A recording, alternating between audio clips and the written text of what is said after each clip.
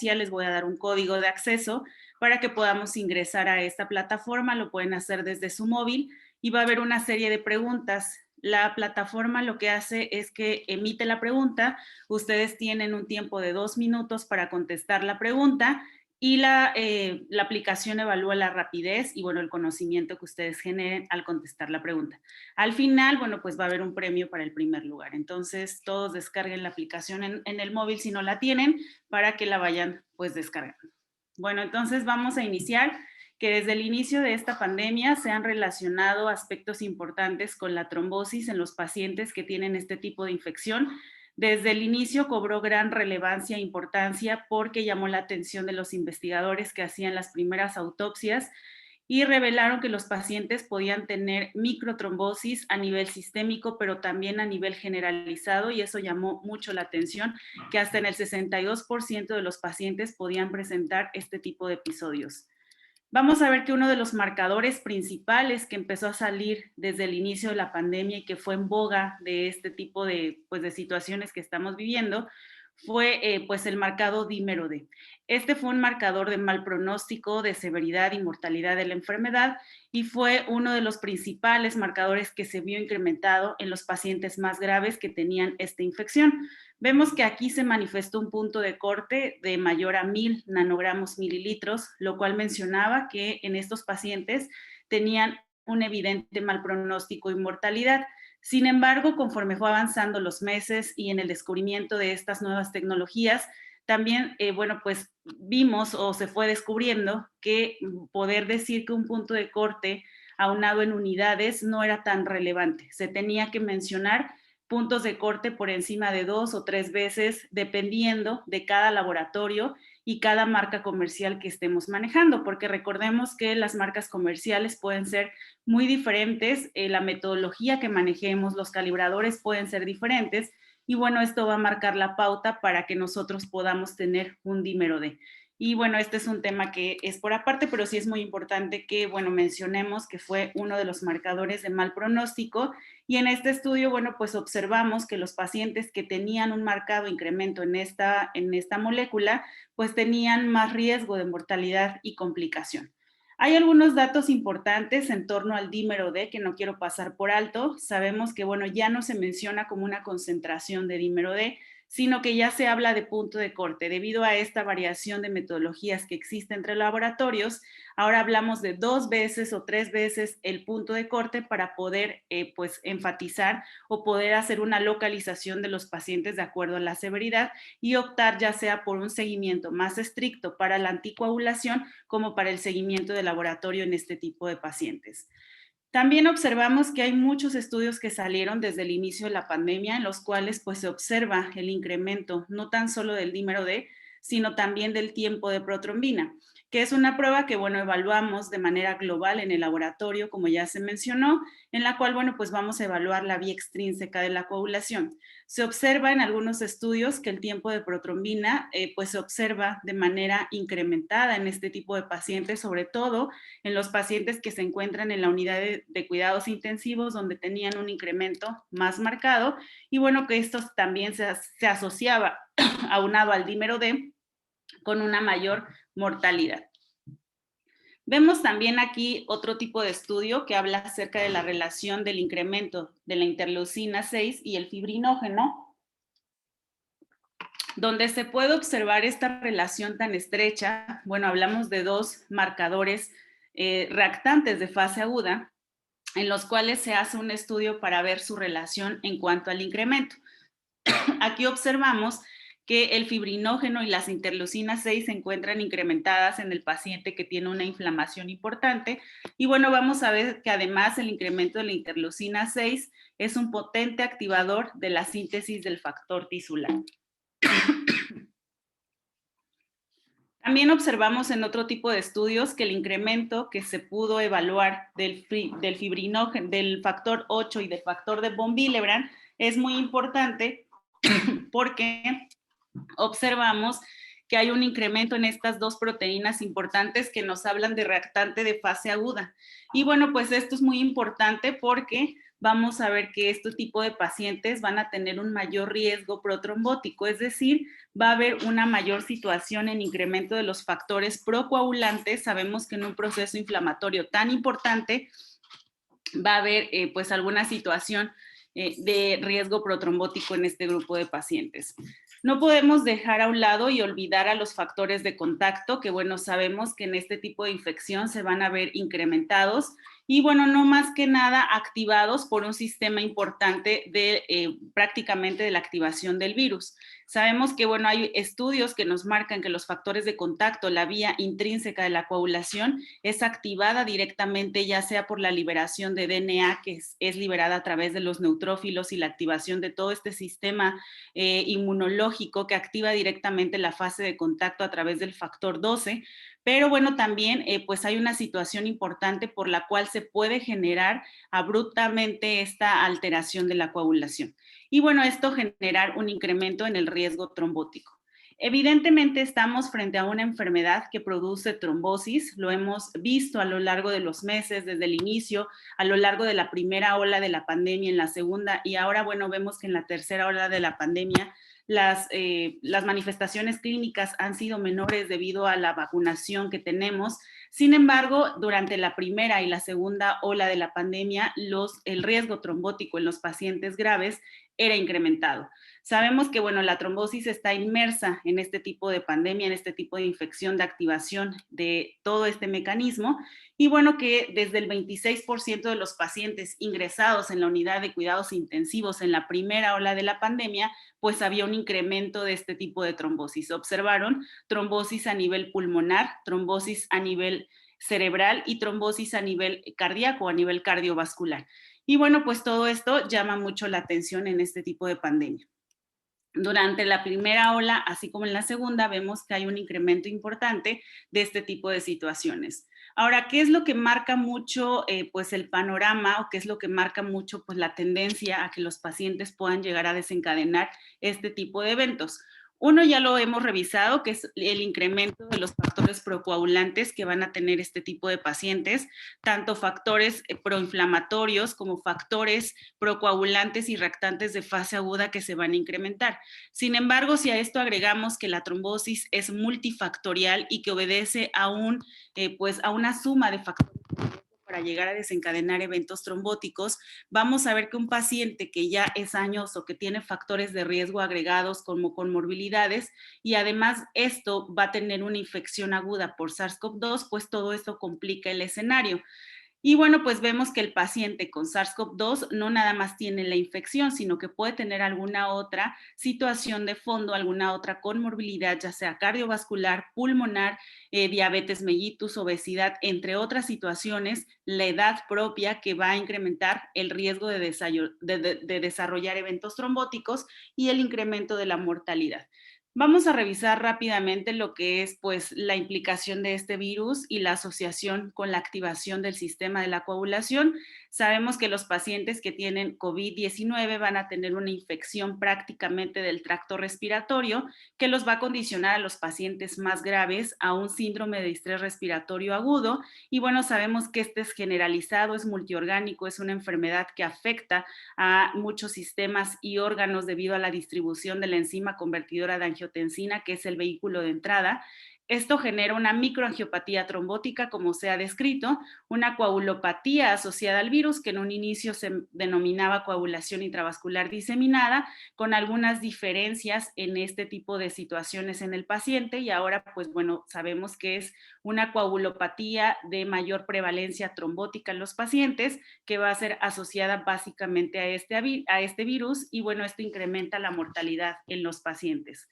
Sabemos que el vehículo de entrada es a través de la enzima convertidora de angiotensina, que va a estar básicamente en los monocitos, en las células endoteliales, distribuida a nivel pulmonar, cardíaco, a nivel cerebral, y bueno, que a través de la proteína S del virus va a ser un receptor para poder ingresar al organismo. Una vez que el virus se encuentra adentro, se libera una respuesta inmunológica. Hay liberación de todas estas sustancias proinflamatorias propias del organismo y al incremento de las interleucinas 1, la interleucina 6, el factor de necrosis tumoral, pueden activar directamente el sistema endotelial del paciente, directamente las células endoteliales, lo cual genera una injuria, un daño a nivel endotelial que liberan sustancias procoagulantes, anticoagulantes, profibrinolíticas que pueden activar todo este sistema y, bueno, generar una activación importante de la coagulación. Vemos que pues las manifestaciones clínicas en los pacientes son muy variadas. Hay pacientes que pueden pasar desde asintomáticos hasta cuadros muy graves. Todo dependerá del grado de infección en el paciente, del tipo de respuesta inmunológica que vaya presentando cada paciente, pero lo que sí es un hecho es que tenemos una infección pues bastante facética y dinámica porque los pacientes se van a presentar con situaciones completamente diferentes y bueno, sabemos que mientras más avanza la enfermedad, mientras tiene un grado de mayor inflamación, el paciente puede tener una mayor manifestación de una coagulopatía, un mayor riesgo de tener, pues, o de desencadenar esta coagulopatía, de tener una falla multiorgánica, y es donde más vamos a observar, pues, cambios importantes en el laboratorio de coagulación, sobre todo incrementos del dímero D, y vean que desde la fase inflamatoria, pues el dímero D se va incrementando en una mayor proporción. Puede haber una disminución importante de plaquetas, no se observa marcadamente en todos los pacientes, sabemos que hay una trombocitopenia, pero esta no es tan marcada como cuando el paciente tiene una coagulación intravascular diseminada. Puede tener trombocitopenia, pero esto se asocia a una mayor mortalidad en los pacientes. Cuando el paciente ya pasa a un estadio más grave de la enfermedad, una coagulopatía, pues entonces aquí sí ya vamos a tener una trombocitopenia más marcada. Y vean que las pruebas globales, como el tiempo de protrombina y el tiempo de tromboplastina parcial activado, incluso los podemos encontrar prolongados dependiendo de cómo se vaya manifestando el paciente. Ahora vamos a ver cómo se altera rápidamente la coagulación en la presencia del virus. Y bueno, esta es una información que llama mucho la atención porque sabemos que una vez que el paciente entra en contacto con el virus, pues evidentemente el endotelio juega un papel primordial en la activación de la coagulación. Y bueno, recordando, sabemos que el endotelio libera sustancias procoagulantes, antiadhesivas, antiagregantes, que puede generar que la sangre esté en un estado líquido de manera normal. Un endotelio sano va a promover que la sangre esté en un estado líquido, libera sustancias antiagregantes, antiadhesivas, para que las plaquetas no generen una agregación ni una activación. Cuando este endotelio entra en contacto con el virus por sí solo puede generar una activación y cambiar la forma de las células endoteliales. Y esto es súper importante porque, bueno, pues aquí va a haber un cambio de la forma entre estas células y se van a liberar sustancias importantes como factor de von Willebrand que puede promover la agregación plaquetaria. También hay descripciones bibliográficas que nos hablan que el sistema fibrinolítico se encuentra alterado debido a que hay un incremento en el PAI-1, así como el incremento del factor de von Willebrand, y esto hace que los pacientes graves tengan un endotelio protrombótico y este a su vez se vuelva hipofibrinolítico, es decir, el sistema fibrinolítico se encuentra deficiente para poder degradar estas redes de fibrinas que están superadas por este sistema.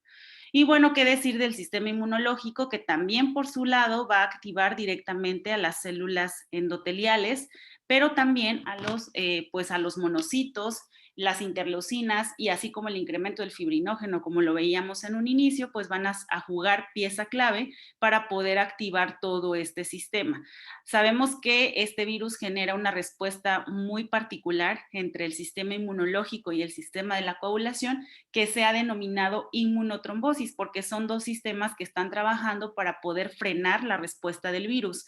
Y bueno, pues pese a esto, ambos sistemas se activan para poder detener a este virus.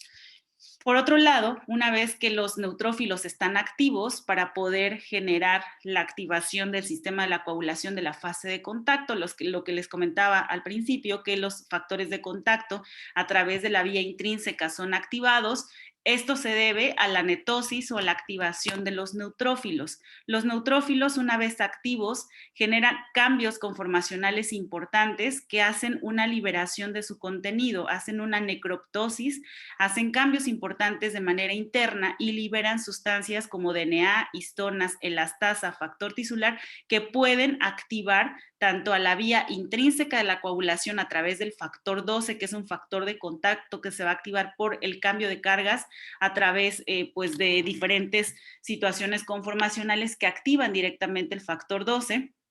Y también con la liberación del factor tisular, pues podemos activar al factor 7 y a la vía extrínseca de la coagulación. Entonces, este mecanismo tan importante como lo es la netosis activa directamente el sistema de la coagulación y se genera toda una activación de ambos sistemas que se conoce como inmunotrombosis. Lo podemos ver en esta diapositiva también de manera más clara, en la cual podemos ver que una vez que el virus entra en contacto con el sistema inmunológico, pues los primeros que van a estar en la línea de batalla van a ser los monocitos, los linfocitos, y bueno, sabemos que los linfocitos mueren en esta primera pues encuentro con el virus debido a que estos tienen en su superficie enzima convertidora de angiotensina y los hace más susceptibles al virus, lo cual en los pacientes graves podemos observar una marcada linfopenia en las biometrías hemáticas. Por otro lado, pues hay un daño directamente en el endotelio, en las células endoteliales que también tienen enzima convertidora de angiotensina, pero que también el virus es irritativo para este tipo de células endoteliales. Y vean aquí donde los neutrófilos son activados y bueno, pues la liberación de todo el contenido interno de estos neutrófilos que se conoce como netosis, pues van a activar directamente a la vía intrínseca. Y por otro lado, la liberación de factor de von Willebrand puede activar directamente a las plaquetas, las pueden pues activar, agregar y esto generar una agregación importante a este nivel. El sistema fibrinolítico, por un lado, entonces va a estar disminuido y vamos a empezar a observar cambios importantes en el laboratorio como incrementos en el dímero D, que es lo que más prevalece en este tipo de pacientes. Entonces tenemos que la inmunotrombosis es un mecanismo propio de este tipo de patología en los pacientes debido a la gran tormenta de interleucinas generada, al estallido macrofágico y al severo daño endotelial que sufren los pacientes o la llamada endoteliopatía, que es un daño muy severo en las células endoteliales que ocasiona un daño a nivel importante que genera la activación de la coagulación. Se denominó que la endoteliopatía pues es una de las principales situaciones para poder describir la fisiopatología de la COVID-19 en este tipo de pacientes y que bueno, cuando esto se produce hay una mayor liberación del factor de von Willebrand, se genera una activación plaquetaria y esto conduce a que el paciente tenga una hipercoagulabilidad generando trombosis de tipo arterial, de tipo venoso, de tipo sistémico, de tipo microvascular y macrovascular. Vamos a ver entonces que la endotelitis es la principal característica de la fisiopatología de la COVID-19 y que se ha descrito que aunado a la trombocitopenia y al incremento del dímero D, los pacientes tienen un mayor riesgo de ventilación mecánica, mayor riesgo de ingreso a cuidados intensivos y el incremento en la mortalidad pues se ve mucho mayor. Es bien sabido que no todos los pacientes con COVID-19 van a padecer trombosis. Los pacientes ambulatorios, como recordemos que la trombosis es multifactorial, mientras más factores de riesgo sumemos, más vamos a tener pues este riesgo de poder desarrollar un evento trombótico.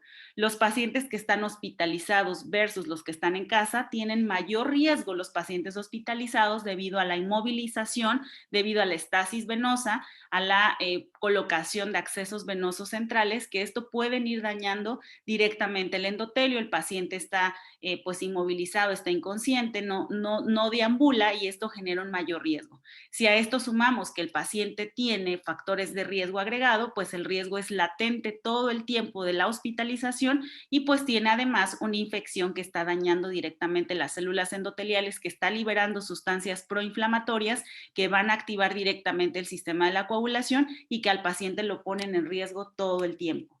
Hay marcadores importantes para poder estratificar el riesgo de trombosis en el paciente y bueno, pues esto se ha presentado por diferentes sociedades internacionales que nos hablan que bueno, que el paciente una vez hospitalizado ya sabemos que hay un riesgo incrementado de tener una enfermedad tromboembólica venosa o poder tener tromboembolia pulmonar, trombosis localizada y que hay que evaluar el riesgo del paciente, los factores de riesgo para poder optar por una terapia anticoagulante ya sea plena, una tromboprofilaxis dependiendo de cada pues, caso del paciente, debido a pues, hacer una individualización de cada paciente debido a sus factores de riesgo. Hay diferentes estudios, igual que hablan acerca del tipo de pruebas que pues nos han marcado la pauta para el seguimiento del paciente. Una de ellas es pues una de las escalas más conocidas por la ISTH, que es la escala para poder evaluar la coagulación intravascular diseminada. Sin embargo, ahora pues sabemos que esta escala se ha compensado, ha tenido arreglos en cuanto a los pacientes con COVID-19 para poder optar por un mejor seguimiento en este grupo de pacientes. Se ha descrito que hay una disminución en el conteo plaquetario en los pacientes más graves, hay una disminución en los anticoagulantes naturales como la antitrombina, la proteína C, hay un incremento en el tiempo de protrombina, hay un aumento en el dímero D, aumento del fibrinógeno, también en el factor 8 y en otros factores procoagulantes.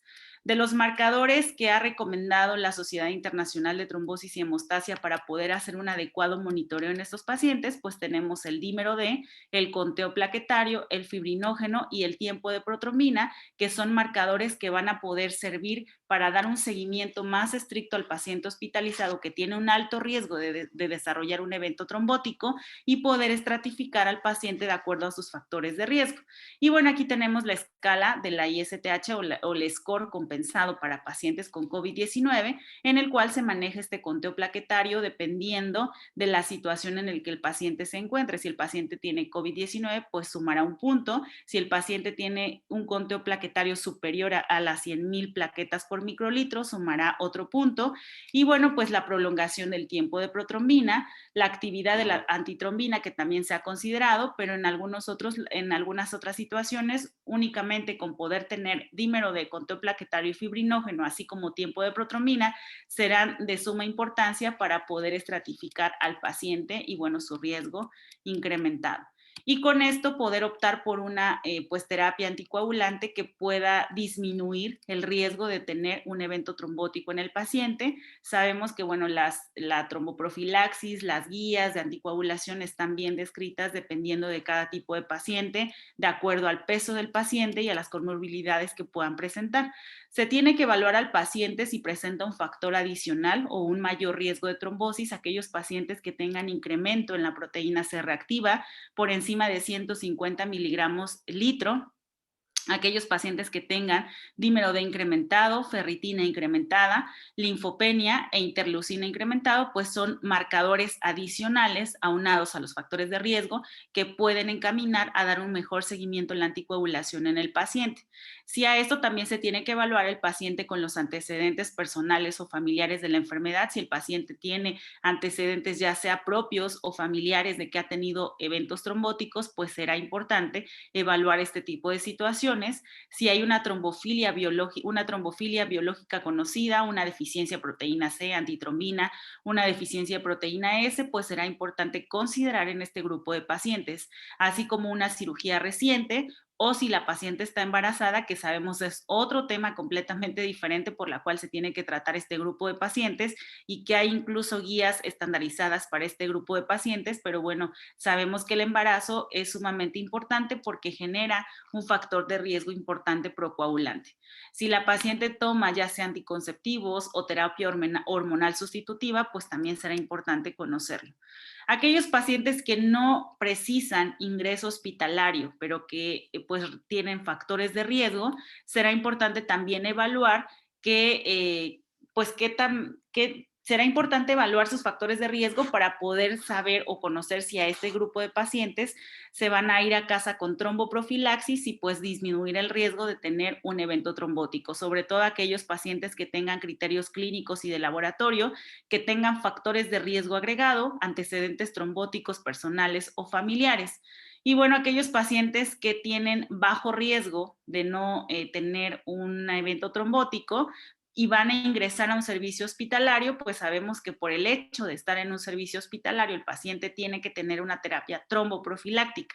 Es decir, el paciente va a estar inmovilizado, el paciente no va a deambular como en otras situaciones donde el paciente puede andar caminando. En esta situación, como lo es una enfermedad pues muy contagiosa, el paciente tiene que estar inmovilizado, se le tiene que dar una terapia tromboprofiláctica para disminuir los riesgos agregados de eventos trombóticos. Y bueno, la trombocitopenia ha sido estudiada en diferentes bibliografías en cuanto al paciente grave con COVID-19 y vemos aquí que la trombocitopenia por debajo de 50,000 plaquetas microlitros es sumamente importante para los pacientes que tienen un mayor incremento en la mortalidad, es de mal pronóstico agregado al incremento del dímero D, y bueno, pues los pacientes que ya se observan que van teniendo una trombocitopenia, pues esto habla de pues igual un marcador de mal pronóstico. El fibrinógeno es otra prueba que se tiene que vigilar a lo largo de la estancia hospitalaria. Sabemos que un fibrinógeno que desciende de manera abrupta, es decir, aquel paciente que se conserva con sus concentraciones normales de fibrinógeno por el método de Klaus, pues va a tener un menor riesgo de sangrado. Si bien es cierto que los pacientes con COVID-19 tienen un mayor riesgo de trombosis que de sangrado, no olvidemos que estos pacientes van a estar anticoagulados y que el riesgo también de sangrar puede ser mucho, porque el paciente también puede hacer hepatitis, puede hacer una situación de daño hepático y esto condicionar al riesgo de sangrado. Entonces, es muy importante también hacer una vigilancia de estos marcadores que no desciendan de manera abrupta, sobre todo en los días de estancia hospitalaria. El fibrinógeno, si desciende a partir del día 10 de la estancia hospitalaria con una concentración por debajo de los 100 miligramos de cilitro, pues aquí será importante evaluar el riesgo de sangrado para que el paciente no tenga pues un mayor riesgo de esta situación. Hablemos un poco acerca del factor de von Willebrand. Desde el 2003 con el MERS se ha determinado que el factor de von Willebrand es un marcador de daño endotelial. Y bueno, en este grupo de pacientes del 2003 se determinó que el 70% de los pacientes que tenían incremento de esta proteína podían tener un incremento en la mortalidad, un mayor apoyo ventilatorio, complicaciones post-COVID. Ahora, con este grupo de pacientes de COVID-19 también se ha medido el factor de von Willebrand y bueno, pues hay un incremento debido al daño endotelial tan severo que tienen los pacientes y esto habla también de un mayor incremento en la mortalidad. Y vean que los pacientes que tienen una mayor actividad del factor de von Willebrand durante el proceso infeccioso tienen unas mayores complicaciones post-COVID. Hay un síndrome post-COVID más prolongado en este grupo de pacientes y bueno, habrá que describir un poco más acerca de estos pacientes post-COVID. Hay estudios que ya van saliendo en torno a estos pacientes porque es muy interesante ver cómo los pacientes pueden ir manifestando ciertas situaciones clínicas que les pueden prolongar aún después de la infección y bueno, pues aquí también la coagulación está involucrada. Y bueno, pues aquí hay un mal pronóstico, sobre todo en aquellos pacientes que están en la unidad de cuidados intensivos y pues habrá en algunos laboratorios donde se tenga esta posibilidad de poder medir esta proteína, será importante hacer la medición. Vamos entonces a ir resumiendo que los marcadores que sí debemos de tener en nuestro laboratorio sí o sí para dar un seguimiento a este grupo de pacientes serán el dímero D, el fibrinógeno que no sea la metodología que nos dan los analizadores que es calculado, debe ser un fibrinógeno por el método de Klaus donde nosotros podamos dar una concentración adecuada al médico en el reporte. Las pruebas globales, tiempo de protrombina, tiempo de tromboplastina parcial activada, conteo de plaquetas y bueno, si tenemos la posibilidad de poder medir von Willebrand, anticoagulante lúpico, que también se observa una prevalencia importante en este grupo de pacientes y también en los post-COVID, pues será importante. Así como el monitoreo del anti-DIESAC para poder evaluar la concentración de parinas en los pacientes hospitalizados. Sabemos que la prueba del TTPA, como anteriormente o se sigue haciendo, es una prueba que puede marcar una situación de variabilidad importante. Es por esto que hacer la dosificación con antidiesa será muy importante. Ahora, finalmente, ¿cómo se está comportando la coagulación en los pacientes post-COVID-19? Este es un grupo de pacientes que pues llama mucho la atención porque los pacientes están manifestando alteraciones importantes a nivel sistémico y a nivel generalizado. Y bueno, ya hay algunos reportes que marcan acerca de los pacientes post-COVID y la alteración o la relación que tiene la coagulación inmersa. Sabemos que el paciente post-COVID puede tener manifestaciones pues generalizadas como cognitivas, psíquicas, cardiovasculares, respiratorias. El paciente puede presentar disnea, astenia, falta de fuerza, neuromusculares y bueno, en general el paciente que estuvo en la unidad de cuidados intensivos o los pacientes más graves van a presentar una prolongación de esta sintomatología incluso hasta los 4 meses después de la aparición de los síntomas iniciales, lo cual habla de un tiempo prolongado de este síndrome post-COVID que ahora se está hablando, un síndrome COVID prolongado. ¿Por qué? Porque el paciente puede pasar hasta más de 4 meses con esta manifestación importante. Algunos pueden ser de manera leve o algunos pueden ser de manera más marcada, pero sí es importante lo que sucede en este grupo de pacientes. Vemos que hasta el 70%, lo que nos dice la bibliografía, tienen manifestaciones posteriores a los 2, 3 y 4 meses después de la aparición de los síntomas iniciales, lo cual nos habla de un número alto de los pacientes recuperados, de los pacientes graves que ahora ingresan a una clínica de cuidados de post-COVID. Nosotros en el INER tenemos pacientes o tenemos la clínica post-COVID y vemos que hay un gran número de pacientes que llegan al hospital con, pues que tienen daño pulmonar irreversible, que van a hacer fibrosis pulmonar, pero que también manifiestan situaciones de cansancio. Y bueno, pues las pruebas de coagulación aquí se pueden ver incrementadas, tanto fibrinógeno como dímero D, tiempo de protrombina, tiempo de tromboplastina parcial activado, el cual vamos a observar que hay un incremento que puede ir descendiendo de manera paulatina a través de los meses. Y bueno, aquí me faltó agregar el anticoagulante lúpico, que es otra situación que también estamos midiendo en estos pacientes. Y bueno, vemos que los pacientes pueden tener persistencia de anticoagulante lúpico. Se hace una determinación en el momento agudo de la infección. Los que logran salir en la recuperación ahora los estamos captando y estamos midiendo el anticoagulante lúpico y observamos que hay unos que pese a las 12 semanas tienen una persistencia de este anticoagulante lúpico. Será interesante ver cómo avanzan los meses para ir describiendo todos estos datos que son sumamente importantes y ver qué tanto queda pues tocada la coagulación, por decir así, por decir así algo, y bueno, ver qué tanto está pues marcados estos marcadores importantes y ver qué tanto tarda para poder descender de manera paulatina. Vamos a ver entonces finalmente que la infección por COVID-19 sabemos que es un problema importante que altera la coagulación y la hemostasia. Hay una relación muy, muy importante en este tipo de aspectos. La hipercoagulabilidad es manifestada por la elevación del dímero D, el cual es un marcador de mal pronóstico que indica una decisión de tromboprofilaxis o la indicación pues de dar una terapia anticoagulante mucho más plena. La prolongación del tiempo de protrombina y el tiempo de tromboplastina parcial activado, así como el incremento del dímero D, la trombocitopenia, pues serán pieza clave para evaluar y estratificar al paciente de acuerdo al score de la ISTH. Y bueno, para recordar, sabemos que el dímero D debe ser interpretado en el contexto clínico de cada paciente. Ya seguramente en la siguiente plática, la química Marión nos dará un amplio pues, panorama de esta molécula tan importante, pero sí es muy importante que el dímero D se considere en el contexto clínico de cada paciente y que siempre se tome para poder evaluarlo en, pues dependiendo al punto de corte de cada laboratorio, dependiendo de la metodología que estén ustedes evaluando, y es muy importante que se dé a conocer la concentración del dímero D, así como para que nosotros podamos saber pues cómo se va a interpretar de acuerdo a cada paciente.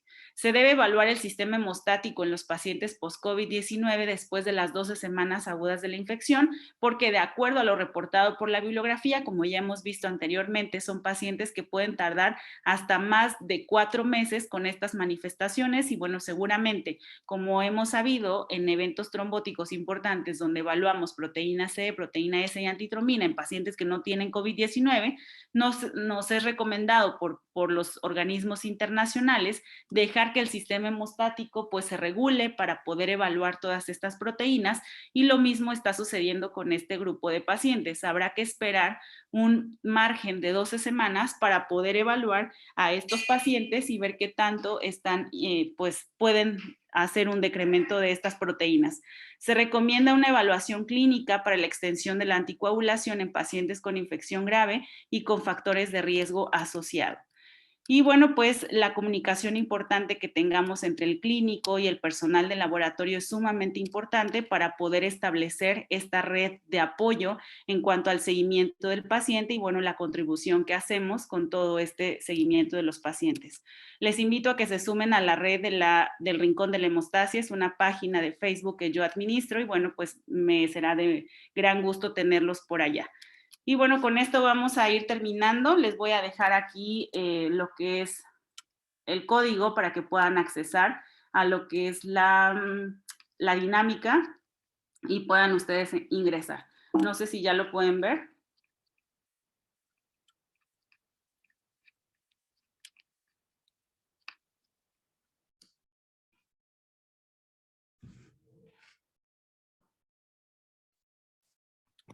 No sé si puedan ver el código y bueno, antes si quieren de pasar a la dinámica, no sé si tengan algún comentario o alguna pregunta, pues claro, estamos abiertos también para eso y para poder contestar antes de que pasen a esta dinámica que es prácticamente como un pequeño examen donde ustedes pueden contestar este tipo de preguntas.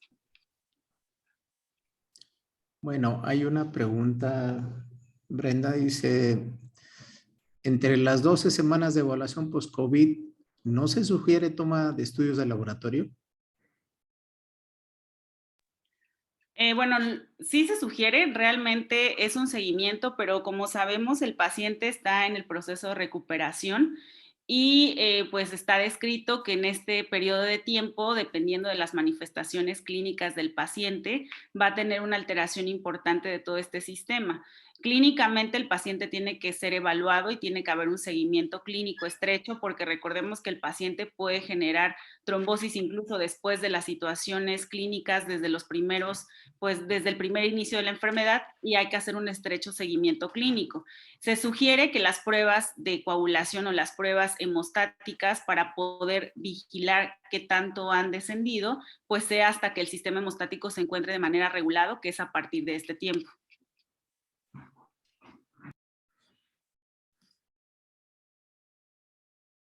De acuerdo. Ok, si quieres empezar con la dinámica, adelante, Brenda. Muchas gracias. Bueno, pues aquí está el código. Ustedes ingresen a lo que es la aplicación de Quizzes y van a ingresar este código.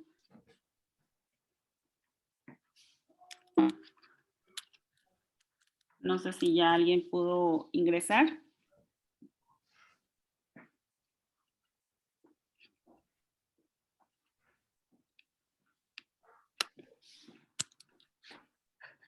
Y bueno, de regalo tenemos ese manual de anticoagulantes orales para quien tenga el primer lugar. Entonces, no sé si me pueden ayudar a ver si tienen algún problema o si ya pudieron ingresar.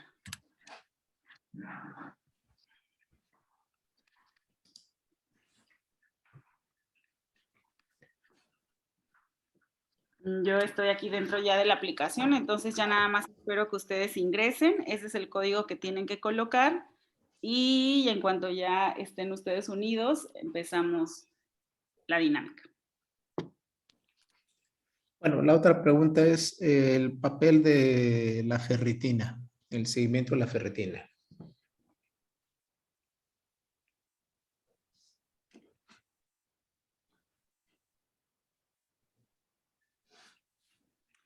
Ok, bueno, sabemos que la ferritina es una situación para evaluar el estallido macrofágico y la liberación de las interleucinas. Entonces, bueno, aquí es importante hacer una evaluación completa, no solamente de las pruebas de coagulación, sino incluso de estos marcadores que han sido importantes, como lo es incluso las troponinas, la ferritina, dar un seguimiento completo al paciente. De acuerdo. Y bueno,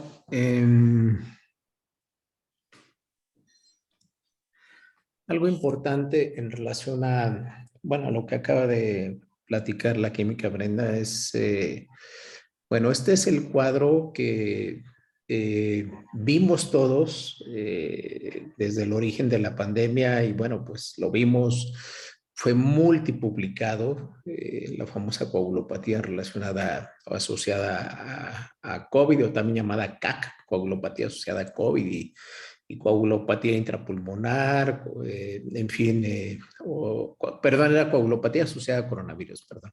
Entonces, bueno, hubo mucho en relación a eso. Recordemos que pues actualmente va evolucionando y bueno, ahora tenemos una nueva variante. Si bien es cierto, no se ha ido las otras variantes, influyen menos, por supuesto. Bueno, la variante Delta, se informa en el mundo que la mayor parte de los casos es menos del 5%.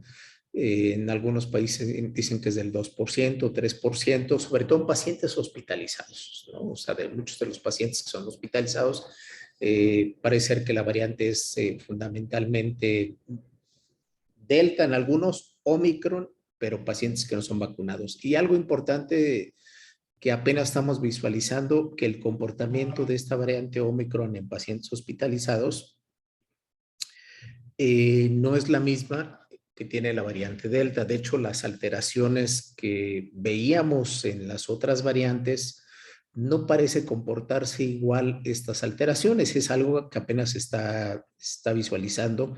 No hay como tal un incremento sustancial de dímeros D como se veía en otras variantes con esta nueva variante. Es algo que hay que seguir vigilando, hay que estar observando. Con esta variante no hay tantas alteraciones hematológicas. Sin embargo, bueno, pues hay que dar seguimiento a estos pacientes.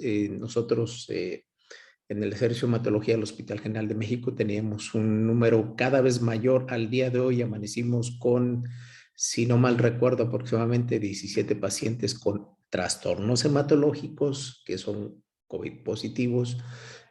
Son, digamos, desde el punto de vista pulmonar estables, algunos con requerimientos bajos de oxígeno, pero no tienen el comportamiento que llegamos a ver el año pasado o antepasado con las otras variantes. Es algo que hay que seguir vigilando cómo se van comportando en el transcurso de la evolución. No vemos la famosa coagulopatía, o al menos no en la mayor parte de los pacientes. Entonces, pero eso no implica que no los debamos dejar de seguir vigilando, seguir observando.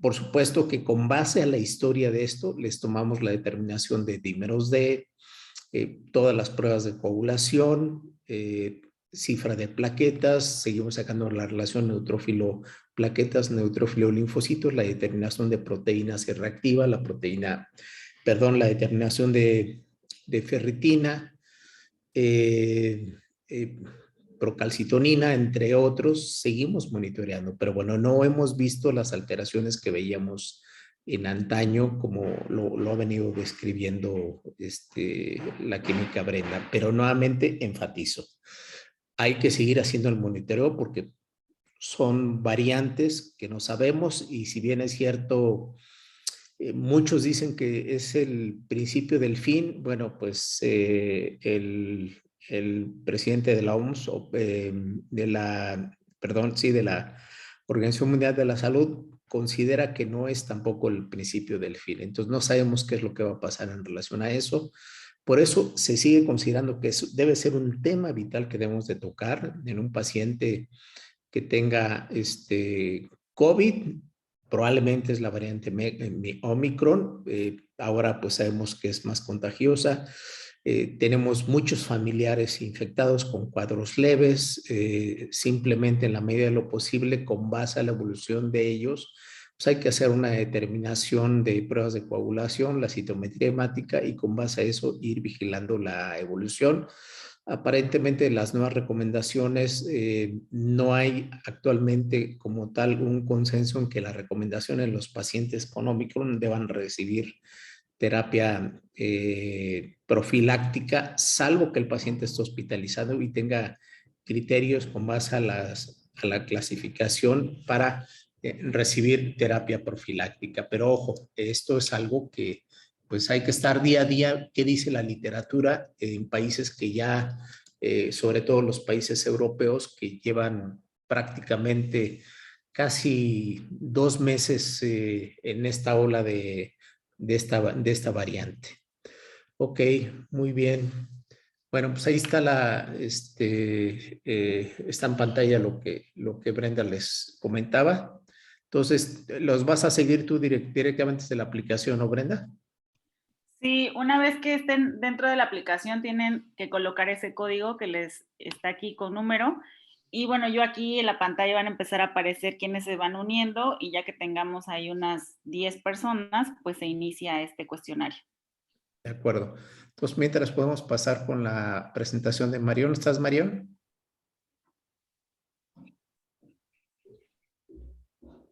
Hola, hola, ya estoy aquí. Adelante. Y bueno, vamos a pasar a la presentación eh, nuevamente de Marión, que estuvo con nosotros, y un tema que es importante, no solamente por el tema de COVID, sino en general, ¿eh? O sea, retomamos que en COVID ha sido algo trascendente y fundamental, la determinación de dímeros D, las diferentes metodologías, pero dímeros D, pues los hemos utilizado desde hace años y en muchas indicaciones, particularmente en riesgo trombogénico, criterios de coagulación intravascular diseminada, criterio para ver si se suspende la anticoagulación o se prosigue la anticoagulación, también dímeros D ha servido para eso. Entonces, adelante, Mario, nuevamente muchas gracias.